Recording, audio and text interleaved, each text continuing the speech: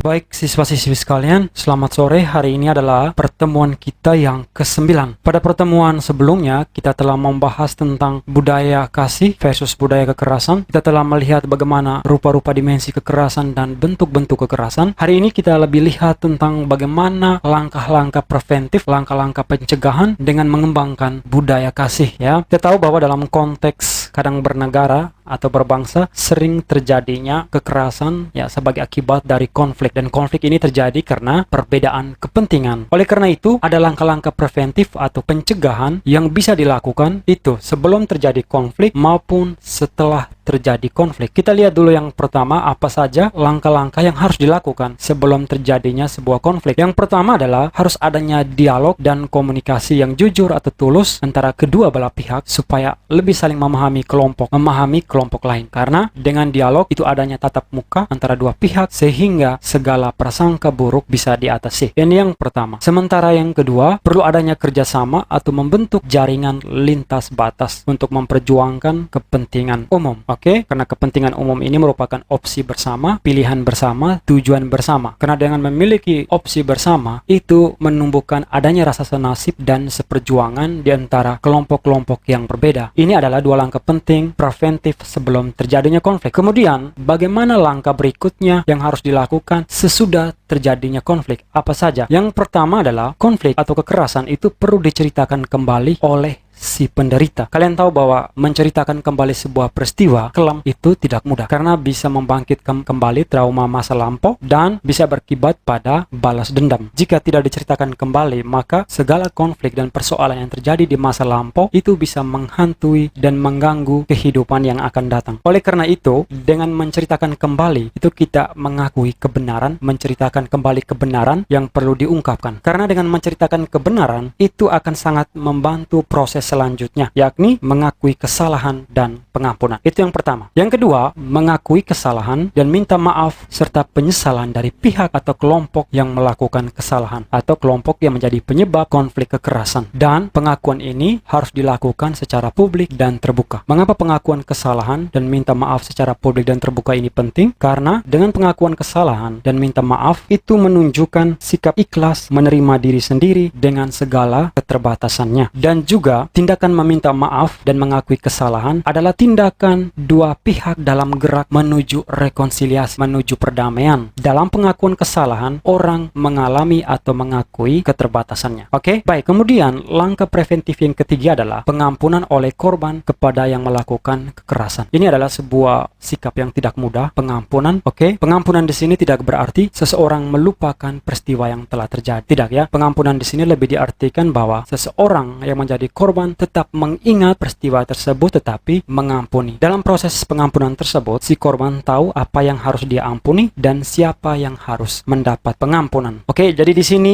pengampunan ini lebih berarti meninggalkan balas dendam terhadap pelaku kekerasan. Jadi dia membiarkan atau melepaskan segala beban dan dendam. Karena dengan pengampunan dapat menyembuhkan hubungan antar manusia, dapat menyembuhkan luka yang disebabkan dari peristiwa di masa lalu. Oke, dalam konteks kita orang beriman, kita percaya bahwa pengampunan adalah mujizat karena ketika kita melakukan pengampunan maka terjadilah rekonsiliasi, sikap perdamaian, sikap transformatif. Karena dalam rekonsiliasi ada pembaruan dan kita sebagai orang beriman percaya bahwa dalam sikap ampun itu berasal dari Allah dan kemampuan memberi ampun itu bertumbuh dari iman. Oke, jadi ketika kita mengampuni seseorang itu berarti kita berpartisipasi atau ikut ambil bagian dalam sifat Allah sendiri. Oke, kita bisa lihat perbandingan atau dalam dasar biblis atau kitab suci yakni 2 Korintus bab 5 ayat 17 sampai 19. Kemudian langkah yang terakhir yang harus diambil sesudah terjadi konflik adalah rekonsiliasi. Yaitu yang saya sudah bilang tadi, adanya sikap pembaruan, sikap perdamaian, dan di dalam perdamaian tersebut adanya sikap pembaruan. Dan kita bisa mencontohi atau kita bisa melihat sikap rekonsiliasi ini dalam peristiwa di mana Allah membuat rekonsiliasi atau pembaruan janji bersama manusia itu lewat pribadi Yesus. Oke, karena Yesus dengan sengsara dan kematiannya itu mendamaikan hubungan yang terputus antara Allah dan manusia. Oke, itu kurang lebih dasar kitab sucinya. Baik, untuk pertemuan hari ini sampai di sini tentang langkah-langkah preventif berkaitan dengan kekerasan dan konflik. Dan sebagai penutup pertemuan kita, ada penugasan. Saya meminta kalian untuk mencari 3 perikop tentang kasih dalam perjanjian lama. Jadi 3 perjanjian lama dan 3 perjanjian baru. Oke, gambarkan juga sedikit inti kisahnya. Jadi total semua itu ada 6. Oke, terima kasih telah berpartisipasi dalam pelajaran kita hari ini. Sampai jumpa pada pertemuan minggu depan.